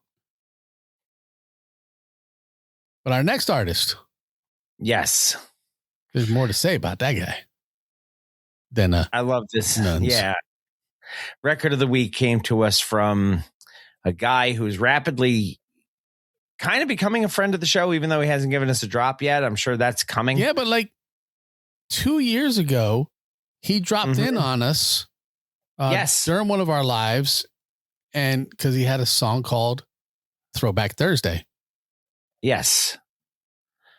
This is Poppin' Kim, subtitled Legends Don't Die. The artist is pseudo friend of the show, Mikey D. This was just released. It was, as we record 3 days ago. I have 14 tracks on this. I have 12. I wonder if I have some extras. Let's see what we have. I have the Spotify release, not the one that I sent you. The one that I sent you was an insider trading deal. Did I give you the write-up on this? Did you give up the write-up? Yes, you said. This is a man whose name is etched into the bedrock of Queens hip-hop history. New project is titled Poppin' Kim, Legends Don't Die. It's a pure, unadulterated love letter to the golden era, which we talked about when we announced this a couple weeks ago. We did, yes. The album is named after a legendary bodega in Laurelton, Queens, Poppin' Kim's, which was the unofficial clubhouse where icons like Run DMC and the Fat Boys used to grab their icy, slushy 40s. Remember? We talked about the slushy 40s. Because we compared it to the Jamaican store. And we were talking about this when I was recording at the bar because I thought it was appropriate. Where Mikey sharpened his skills battling on the corner. The album isn't just nostalgia, it's a clinic on lyricism. Features from heavyweights like DMC, Bumpy Knuckles. Mikey D proves that the sharp tongue that took out Melly Mel in 1988 hasn't dulled a bit. If you want to know what the pavement of Queens sounded like before the shiny suits and the auto-tune, we're spinning this record for you. This is Poppin' Kim, Legends Don't Die, by Mikey D. Track number 1 that I have is A Whole Vibe. It's the same one I have. Then we'll start with that. It's your man Mikey D in the place to be. Straight from Pop and Kim's, streets of Merrick Boulevard, all the way across the pond to Finland, you heard? Right now, you checking out the sounds of the Recluse crew, you dig? Let me get into a little vibe, you heard? Let's take a trip back in time. Before I had a dime, I was steady writing rhymes. Biting was a crime, Shakespeare of the ghetto. Stage Montebello, if the DJ wasn't cutting, I was rocking a cappello. Stayed fly, stayed high, all the ladies waved high. Had to have a 40 ounce, I couldn't let a day by. Fuck a text, give me a book and a pen, cause back then I was... He's an angry man. But that's good. It's kind of like Mary J. Yeah, I don't need happy Mikey D. No. I need angry Mikey D. Exactly. Track number 2 I have is Poppin' Kim. Track number 2 I have is Keep 'Em Shook.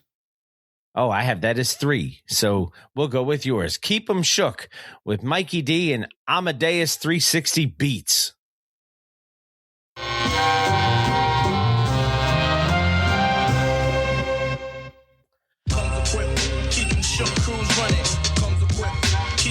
Crews running, comes equipped, keep them shook,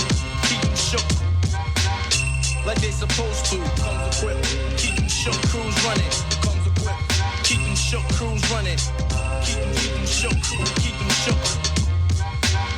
like they now when I come knocking at their door, they dropping to the floor. MCs that we adore, they ain't got it anymore. I'm just keeping it 1,000 and not a penny more. Welcome to Poppin' Kim's, and it's not just any store, it's a way of life. So don't make me say it twice.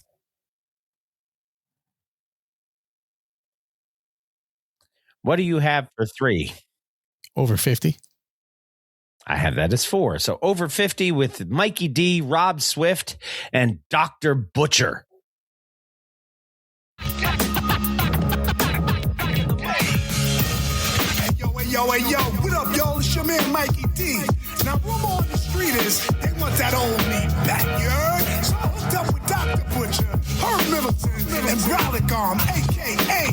Rob Swift, man. It's about to get serious up in this piece, y'all, man. Let the OG rap, they want that old me back. Butcher hit me with a track, cause he owed me that. Facts. We've been grinding out for years, putting pressure on these clowns since they was wet behind the ears. Vision clear since I put away the beer, then I hit them in the ear with things they couldn't wait to hear. Yeah, this is grown man rap. You ain't looking at least, buddy, I own that. Credit score 800, these young rappers stay blunted. I'm high off of life, so I stay away from it. Gotta rhyme and rebuttal for anything that they come with. My crime is in the huddle just in case they... Your track 4, my track 4. Allow me to floss. Yes. Turntables on, auto-tunes off. Let's take it back to the days of the tape decks. Cassettes to Apex. Yeah, you gonna learn about these hot flows. School's in session, pay attention with your snot nose. I rock mocks and El Pacos. Refer to women as lady and not hoes. Still paid the bills, you wasn't ill, you got grilled. It was real in the field, if you was fake, you got drilled. Ass Mark, he was out there. In the park, I probably took you out there. And build a lot of clout there. Well, if you're going to build clout, build a lot of it. You should build a lot, yeah.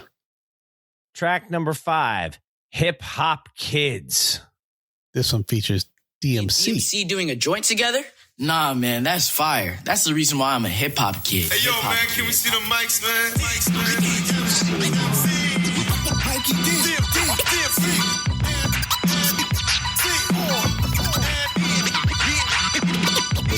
It's the scratch. I don't wanna grow up. I'm a hip hop kid. Raised me from a baby, that's what hip hop did. From the bottom, down where the tip top is. Mikey D, get on the mic, it's time to rip shop, kid. No more small talk. I rep all walks of life. I got food for thought, and I want y'all to bite. It's all love. When you keep it tall with Mike, wanna break bread? I'ma call y'all tonight.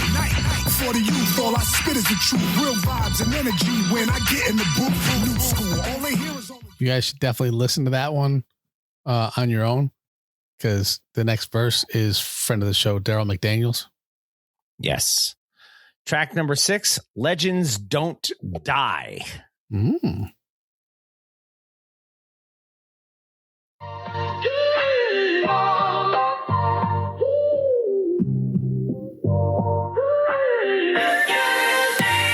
He doing it major. He got that old school flavor. He watching so be on your best behavior. Musical save you, but some rhymes is a favor. Just check the catalog that Mikey gave you. He bout his paper. He quit drinking, he's a savior. Touch your microphone here, Johnny Blazer. Blazer. Hey, yo, I made up my mind a long time ago. Million rhymes ago. Climbing to the top is the only way that I'ma go. And when I make it, I'ma yell and scream. Track number 7. Can't read it. So a moment they've been waiting for. Is that what it says? That's the one. Yep. Oh, I got that way down on my list, but that's ignore okay. Your list. Just look at mine. That's why I'm looking at yours.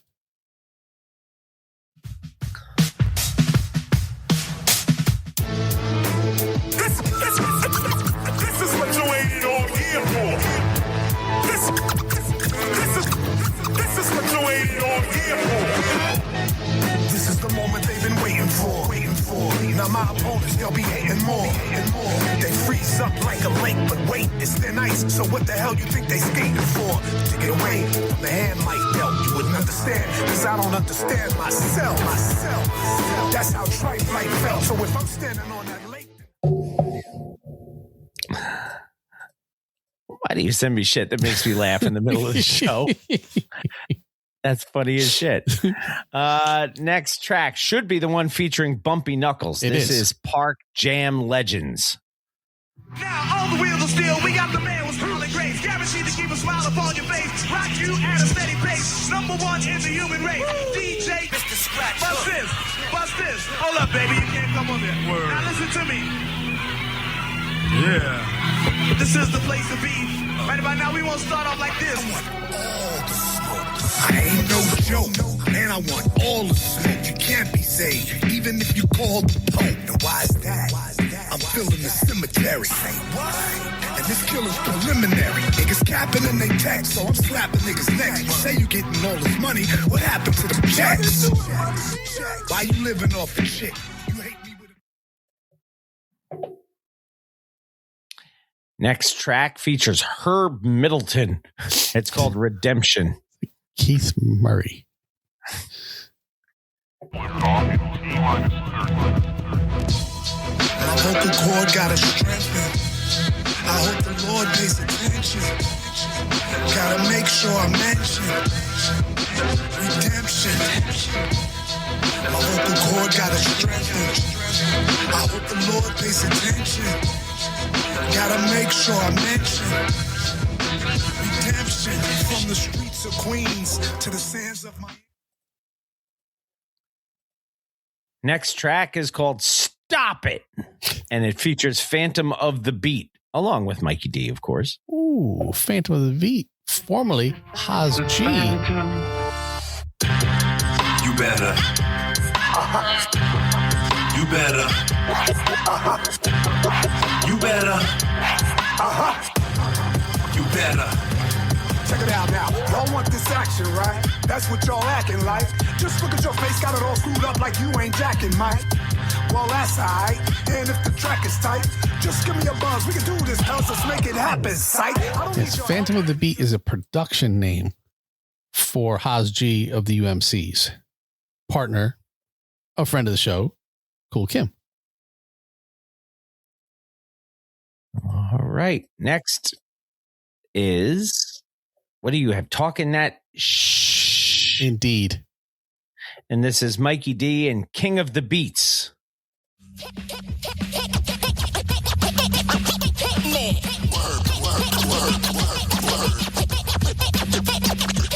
Game's over with. I'm at your door like a Jehovah's Witness. so focused and still on that sober. They asking me why I didn't go and get it. It wasn't my time. Now please, get over it. Yeah, I've been repping since adolescent. Testing me one-on-one is like making a bad investment. Facts. And I'm keeping that mad aggression. You can sit me down with Smack and I'll teach him about a lesson. Yeah, you will never be in my pedigree. You better be the blood of a king, not a celebrity. Cause I'm a man of integrity. I'll get everything that I'm owed, inevitably. Come on, I bring the heat to the streets. Last track is Search and Destroy. How's that spelled? SERCH. That it is. And Destroy with Mikey D and K Cut. In the house. We never laid a hand on the spouse. Twin Towers from Queens is known to lay a pussy out. And this op tried to read me like a book. Michael, you know my bop. When you see me, you be shook and it's pathetic. Normally I wouldn't shred it, but you yapping and you capping. Now I gotta set it all for main source, cause you fake as hell. You about to get smoked, let me pass this L. Groucho Marx should've left me alone. He was safe on third base, but he won't make it home. Mr. Barron knows I'm nice when I rhyme. You walk in the tightrope, that means your life's on the line. Throwing shade when it's Mike's time to shine. That song is just nasty. It is. That is very pointed. Yes. I appreciate Mikey D for coming out and doing Mikey D things. He came out, and we were talking about it last week or the week before, saying we hoped that it was Mikey D coming out to be Mikey D, not to feel like it was something that he needed to do, and that's why he was. No, this was with authority. This is what he needed. This is what we needed. I'm going to talk more about that probably in the coming week. I'm working on a call to action video to bring back artists just like this. You know, Mikey D stepped up and helmed main source. Mikey D is a Queens legend. It's not Mikey Devastation. It's Mikey Destruction. This is what we need. Hip hop needs more MCs and less rappers. I couldn't have put that any better. Yeah. So I don't know what we got to do to get people to see, hey, look, you can fucking still do it. Come out and do it. You know, come let the people see what it is you've got still in the tank. You know, talent doesn't disappear because you turned 50. Nope. This is such a good record, man. It is. So that is Mikey D of the legendary Main Source with Pop and Kim, subtitled Legends Don't Die, your record of the week for episode 624. Your one and done was The Wascals. I wish we had more music. Hits. Asking You Shall Receive. Ooh, cool. Let's remind you first of the artist of the month for January of 2026 is Mad Hatta. So go and check out the Mad Hatta catalog. Yes. But before we take our final break of the evening, we do have more music for you. Look out. We have an old to the new. That old to the new is from Cheryl James. You know her as Salt. Indeed. This song has no Pepa. This is just Salt. There's no nutmeg either, because that's what the N is for. And in S&P. And the name of this track is Kings and Queens, brought to you by Cheryl James, professionally known as Salt. Luckily, allowed us to play it on Mr. Throwback Thursday, episode 624.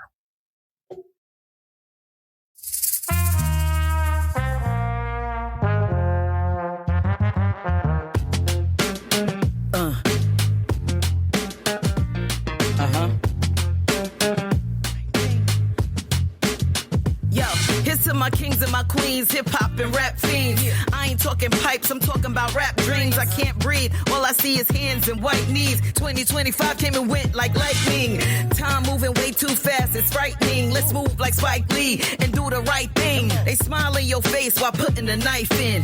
Backstabbers, can't stand them, they trifling. Play the anthem, lift every voice and sing. Kiss the ring, here's to my melody. melanin kings. They exchange strange fruit for yellow tape and chalk lines. How many murders? How many of us lost lives? How many lies? How many cries? How many rallies? Yeah, though I walk through the valley on that rap tip, like catfish on grits, like 80s hip hop. Pump your fist like this.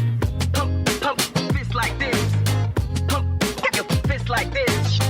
Pump your fist like this. Like 80s hip hop. Pump your fist like this. Embrace the struggle. Yeah. Pressure makes diamonds. I'm breaking chains. That's my assignment. You off beat, yo. We ain't in alignment. Queens in the building. New York's finest. Spread the fresh air like music to your ears. At the cookout, everybody know your name like chairs. If you can't play spades, your black card is invalid. Don't insult my palate. Ain't no raisins in potato salad. Harlem shaking, kids hitting the wall. You know the party getting hype when they slamming them dominoes. Yeah, yeah, yeah, yeah, yeah, yeah, yeah, yeah.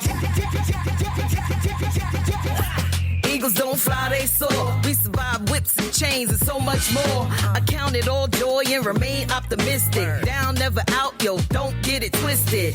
Yeah, we young, gifted, and black, melanin popping. In your Yankees cap, swag come easy and hips don't lie. Black don't crack and we so fly, still we rise. We on that old school vibe. Shout out to Flavor Flav on that hip hop time. Give praise to the Most High from sundown to sun up. We don't survive, we thrive. That's why I love us. Pump, pump, fist like this. Pump, fist like this. Pump, fist like this. Like 80s hip hop. Pump your fist like this. Pump, pump, fist like this. With this. Pump, pump, fist like this. Pump, pump, fist like this. Like 80s hip hop. Pump your fist like this.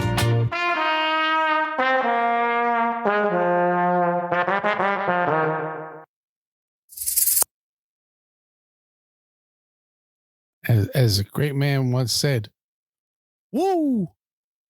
How about Salt deciding to shoot this video in front of the hip hop museum? Yeah. It was a decently done track and very old school feel, man. Yes. And again, just like we said with Mikey D, you know, do what got you here. I don't need Salt trying to be Cardi B. I need Salt to be fucking Salt. And she sure was on that track. She was. Cheryl, Salt, James, Kings and Queens, you're old to the new for episode 624. Find that on YouTube and give it a couple of spins and give that a good listen because that was a really, really good song. Yeah, and it's the second single from upcoming album. Solo album from Salt. Which means I wonder if Pepa is going to give us a solo album. You never know. Never know. But if we do find out, you will find out what we know when we know it. And we'll holler at Pep. We will. Old to the new, Cheryl, Salt, James with Kings and Queens, Artist of the Month, Mad Hatta, Record of the Week, Mikey D, Pop and Kim, Legends Don't Die, and your one and done was the Wascals with Greatest Hits. It is time to take our final break of the evening. And when we come back, Bill reads lyrics coming at you on episode 624, Mr. Throwback Thursday.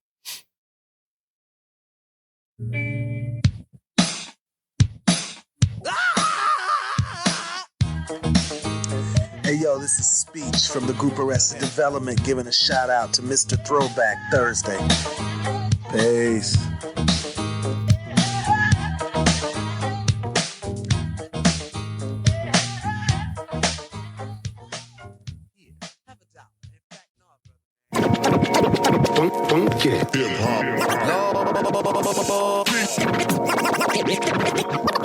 But it starts with Bill. I'm Bill S. Preston.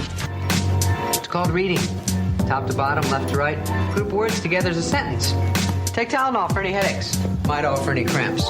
Most people probably don't listen to the lyrics, but they should. Welcome to Bill Reads Lyrics.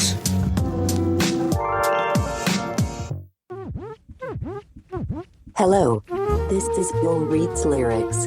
It is an educational discussion of artistic expression and creativity of modern lyricists. Bill may recite explicit or offensive language. Professional supervision is suggested for sensitive listeners. The average views and opinions within these lyrics are not necessarily those of Mr. Throwback Thursday or its hosts, and will be in the area of 160 WPMs. We hope that you will find our presentation precise, humor heavy, and just right. Thanks. Well, with that being said, what more can you say, really? It is indeed time for Bill Reads Lyrics. It is. And I am already scared. And really, there's no reason you shouldn't be. You should be afraid. You should be petrified. And, you know, all the other things Gloria Gaynor was talking about. Oh, good God, yes. You should be all that and all that. All right. All that and all that. I've got the private chat open. You do your thing. I apologize. But here it comes. You're apologizing before you send it? I am. That's bad. Oh, wow. Yeah, he's not delicate. He's not. And I believe there was a request that this be fuddified. To do it in Fudd voice? Yeah, as Bilmer Fudd. I don't know if I can do Bilmer Fudd. I can try. It may be difficult, but maybe difficult. Okay. Considering it's our way to Wugged Man. It is. Where am I going? You're actually, to tie in to our one and done, you're going to do verse 1. That's the intro. There's verse 1. And it's not our way to Wugged Man. It's the Notorious B.I.G. on verse 1. It is. So, with no type of ado. Am I really fuddifying this? That's up to you. I mean, it was requested. It was requested. Who requested it? John. John? Yep. Okay. John, you are going to get fuddified. Ladies and gentlemen, I introduce to you Bilmer Fudd performing Bilmer Reads Lyrics. Bill reads lyrics. So with no type of ado, Sesame Street Grover style. Was it? No, I think it was Lion who wanted. It may have been, and he left. Yes. So Lion wanted to Bilmer Fudd, but Gail seconded it. Yes. So whether nearer, or further, we will cue the motherfucking piano. Ain't no dick like the one I've got. Big whip da twat in the basement of weed spots. Even vacant watts. Bitches know the steez on the PUSSY. You suggest I take it out. The anal. Fucking big is fatal. Dangerous. You should see me swing the Jimmy when the Henny's in me. I fucking gween bitches like Kirk. When the cum squirts, I'm out, bitch. You know what I'm about, bitch. Hit 'em, quit 'em, forget 'em, fist fuck 'em, dump 'em in the twuck, and find another twick to lick dick to the tip, down to the asshole. Whips wed like Tabasco, a widow rascal. Call me Chubsy Ubsy or Stymie. Let me fuck you from behind. See the ass shake. Big break. Hose. Torsos. Gotta go. See you groupies at my next show. Oh, Tay. That wasn't in there. I improvised that. Well, every once in a while, we got to improvise. Improvisation is very key sometimes. They had a few fuddified things. Yes. Oh, goodness gracious. All right. So, what else do we even have going on here? Not much. I guess it's time to change your put hat. A bow on this. Yeah. And, you know what? My hat is over there. Hold on. Should I change the hat? I haven't changed the hat in a while. Well, maybe you should just turn it around. It's over there with Buckbald Willy. Well, how about you just take us to fuck home? How about I just take us to fuck home? Yes. Bill reads lyrics, and all of episode 624 are brought to you in part by our good friends at Def Rugs. DefRugs.com, Facebook, Instagram, and Twitter, all at Def Rugs. I was about to say Def Wugs. I swear Please to God. Def Rugs, Instagram, Twitter, Facebook, all at Def Rugs. Handmade, high-quality, hip-hop themed rugs. Brought to you by the original Rug E Fresh Marshall Fox and his business associate, the Green-Eyed Bandit, Eric Sermon. Get yourself a Def Rug today. The Bittersweet Candy Company, where our good friend Heather Lent is up there. She is still making candy and chocolate that is, I forgot to mention, that makes her. Got to get that in there. Yes. And now she's making the candy that's handmade, small batch, different, and delicious. I'm almost wanting that to go delicious. You can check them out on Facebook and order at bittersweetcandy.com. Use the code Throwback to save 10% off of your order.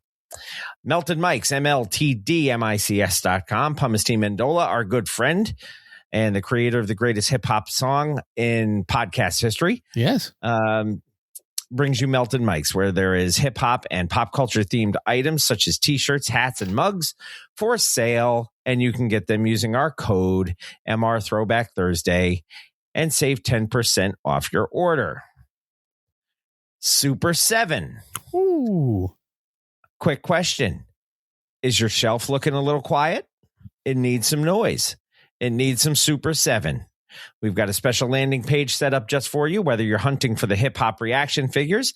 Hello, Beastie Boys Sabotage figures. Yes. Or those insane Godzilla and Silverhawks releases. You need to grab them through us. Go to our landing page, super7.com/MR Throwback Thursday. Gail already ordered. She did. Show Super 7 that the Mr. Throwback Thursday posse, the TBT posse, runs deep with classic beats and classic toys. And it took the discount code. Look at that. Nice. Don't forget to visit us, social media network, mrthrowbackthursday.com, mrthrowbackthursday.com. Leave us a voice message by clicking that microphone that says hit us up. You can follow us on our socials on the artist formerly known as Twitter, _MR_TBT, and Bill_MR_TBT, which is right here and over there on Jamie's thing. You can also like our Facebook page, Mr. Throwback Thursday, and home of the TBT Posse. You can check out the YouTube page, youtube.com/MRTBT or smash that subscribe button. Yes, do that. I actually got a notification when we went live. My phone dinged because I also hit the bell that tells us when we go live. Yes, because that is a thing you can do. So my phone told us, hey, Bill's live. And I looked in my chair and I said, yes, I am. I thought I was Memorex. So go to youtube.com/MRTBT. Click that subscribe button. Click that bell. Do all of that stuff. Don't forget to visit us as well on TikTok, even though Jamie hates it, at MR Throwback Thursday. 100% hate it. You can get the, although I've sent you a couple of TikToks that you liked. Yes, even but though you I don't like the platform. TikTok, yes. You don't like the platform, but a couple of videos I've sent you are pretty good. Yes. You can also check us out on our good friend, it's freshradio.com and the Fresh Radio app for your phones. We are there. The world premiere of each episode of our show appears Wednesday nights at 9 p.m. Eastern Standard Time. So don't forget that. You can also send us emails, mrthrowbackthursday@gmail.com. Shout outs. Whoa. Our first shout out goes to Super 7. So thanks for having us as an affiliate. Now to our regular shout outs.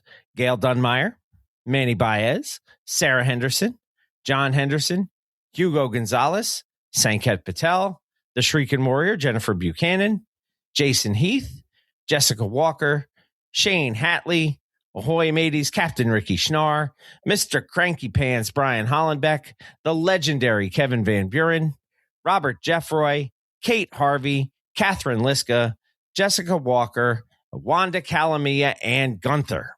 They get mentioned every week because... Or more. You want to get your name mentioned every week? Become a patron. Go to patreon.com/MRTBT or MrThrowbackThursday.com. There's a little link that says become a patron or start your own show. That is always an option. Don't forget our friends, as always. Check out 1980s Now, Will, Cat, and John, Anthony, Imran, and Rug Boy over at Jock and Bird Podcast. Our friend Talking Ty on the What's the Word podcast.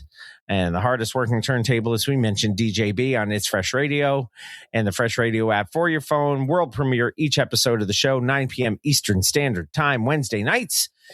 And we're also on Wild One Radio, wildoneradio.com, 7 a.m. Eastern Standard Time on Thursdays.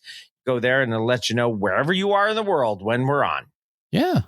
Don't forget to subscribe, rate, review, and all of that good stuff. Go to the YouTube channel.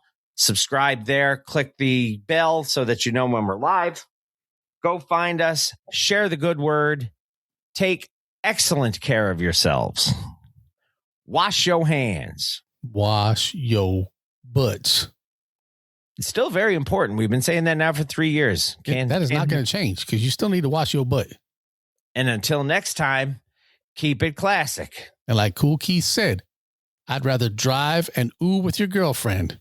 Your man is ugly. The kid looked like Gentle Ben. And always remember, new school stale, old school fresh.